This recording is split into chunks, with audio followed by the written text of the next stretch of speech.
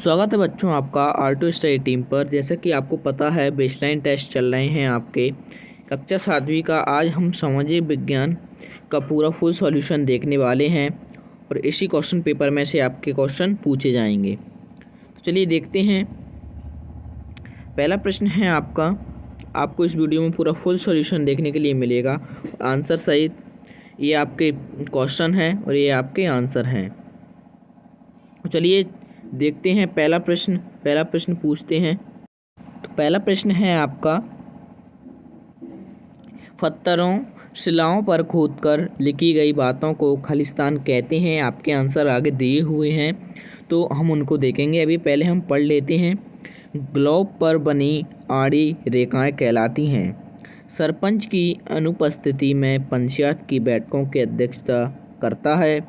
नक्शे में पानी को खालिस्तान रंग से दर्शाते हैं। तो आपके क्वेश्चन के आंसर देख लेते हैं। पत्थर शिलाओं पर खोदकर लिखी गई बातों को शिलालेख कहते हैं। ग्लोब पर बनी आड़ी रेखाएं अक्षांश कहलाती हैं और सरपंच की अनुपस्थिति में पंचायत की बैठकों की अध्यक्षता उप सरपंच करता है। तो इस तरह आपका ये आंसर हो जाएगा। अगला आंसर हो जाएगा आपका, नक्शे में पानी को नीले रंग से दर्शाया जाता है। फिर अगला प्रश्न है आपका 5वां, आपके राज्य में बहने वाली कोई 3 नदियों के नाम लिखिए। इतिहास से हमें कौन कौन सी जानकारियाँ मिलती हैं। तो इनके आंसर हम देख लेते हैं। नदी के नाम हैं ये खारून, महानदी, अरपा, शिवनाथ, पैरी आदि नदियाँ बहती हैं। फिर इतिहास के बारे में जानकारी दी हुई है। इतिहास से हमें प्राचीन ग्रंथों, स्मारकों, भवनों, चित्रों, पुराने सिक्कों, आभूषण आदि की जानकारी मिलती है। आपकी कक्षा में कक्षा कप्तान का चुनाव निम्नानुसार किया जाता है। आपका प्रश्न है अगला, आपकी कक्षा में कप्तान का चुनाव किस प्रकार किया जाता है। तो इसका आंसर है निम्न प्रकार से किया जाता है। पहला है नामांकन किए जाते हैं, फिर 4 किया जाता है, फिर मतदान होता है और मतगणना वोटों की गिनती होती है, फिर परिणाम और शपथ ग्रहण होता है। फिर वो बन जाता है कप्तान, फिर वो शपथ लेता है बाद में। तो आपको इसी प्रकार पूरा आंसर इसी प्रकार लिखना है। और अभी तक आपने चैनल सब्सक्राइब नहीं किया तो चैनल को सब्सक्राइब कर लीजिए और बेल आइकन को भी प्रेस कर लें। चलिए देखते हैं अगला प्रश्न। दिए गए दिशा निर्देशकों के रिक्त स्थानों में दिशाओं के नाम लिखिए। ये आपके दिशा निर्देश दिए हुए हैं। आपको रिक्त स्थान ये और ये, इन दिशाओं के नाम लिखना है। तो चलिए देख लेते हैं। 4 आपकी दिशा रिक्त दी हुई हैं तो उनके नाम ये हैं उत्तर, दक्षिण, पश्चिम, पूर्व। ये आपके पहले से दी हुई हैं 4 और 4 आपसे पूछी गई थी। तो इनका आंसर आपको इसी तरह बिल्कुल चित्र में लिख देना है। फिर अगला क्वेश्चन है आपका, अगला क्वेश्चन है आपको कौन सी ऋतु पसंद है और क्यों। यदि आपको प्रधानमंत्री बना दिया जाए तो आप क्या क्या कार्य करेंगे। फिर है आप अपनी माँ के भाई को क्या कहते हैं। आपको पानी कहाँ कहाँ से प्राप्त होता है। तो आज हम इन चारों क्वेश्चन के आंसर देखने वाले हैं। इनके आंसर ये रहे। दक्षिण ग्रीष्म ऋतु, वर्षा ऋतु एवं शीत ऋतु। ग्रीष्म ऋतु, इसमें ठंडा पेय पदार्थ पीने एवं खाने को मिलता है। माता पिता के साथ साथ घूमने जाते हैं। और वर्षा ऋतु में पानी में भीगना व खेलना अच्छा लगता है। घर आंगन के बहते पानी में कागज़ का नाव चलाना अच्छा लगता है। हरियाली देखना अच्छा लगता है।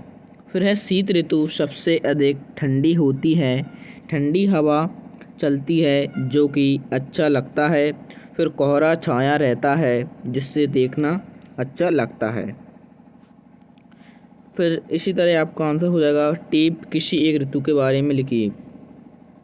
फिर अगला प्रश्न आपका ये आ जाता है, यदि मैं प्रधानमंत्री होता तो मैं क्या करता। तो इसका आंसर आपको ये लिख देना है। यदि मैं प्रधानमंत्री होता तो मैं ऐसी योजनाओं का चयन करता जो कि जनता के लिए लाभप्रद हों, देश में पर्याप्त रोजगार के अवसर प्रदान करता है और किसानों को शिक्षित करने का प्रयास करता है। वृक्षारोपण को जागरूक करता है और ऐसी शिक्षा प्रणाली का निर्माण करवाता है जिसमें छात्रों को रटने के बजाय समझ विकसित हो सके। फिर अगला है आपको पानी कहाँ से प्राप्त होता है और नीचे दी गई तालिका को पूर्ण कीजिए। पहले हम पानी वाला क्वेश्चन देख लेते हैं, उसका आंसर देख लेते हैं। तो आज का आंसर आपको लिखना है पानी कहाँ से प्राप्त होता है।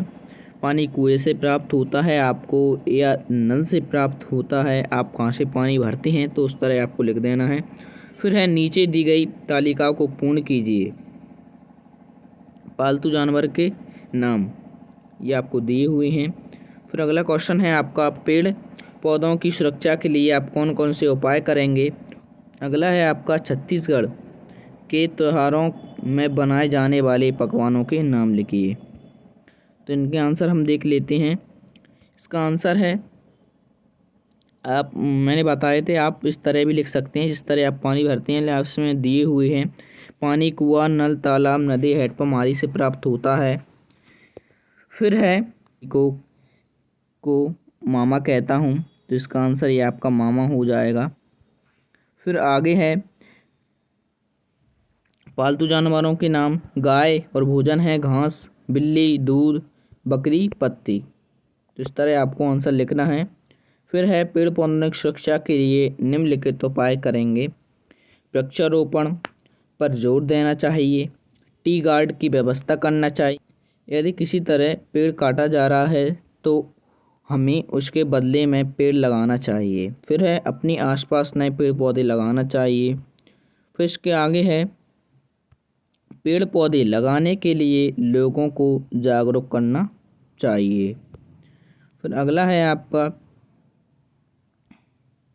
छत्तीसगढ़ के त्योहारों के नाम बताइए। नीचे दी गई तालिका में कुछ रिश्तों के नाम छिपे हुए हैं, उन्हें ढूंढकर उनके नाम लिखिए। जैसा आपका मामा हो जाएगा,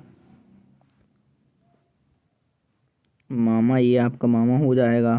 फिर बहन हो जाएगा, पिता हो जाएगा, चाचा हो जाएगा, काका हो जाएगा, इस तरह। फिर अगला क्वेश्चन है आपका,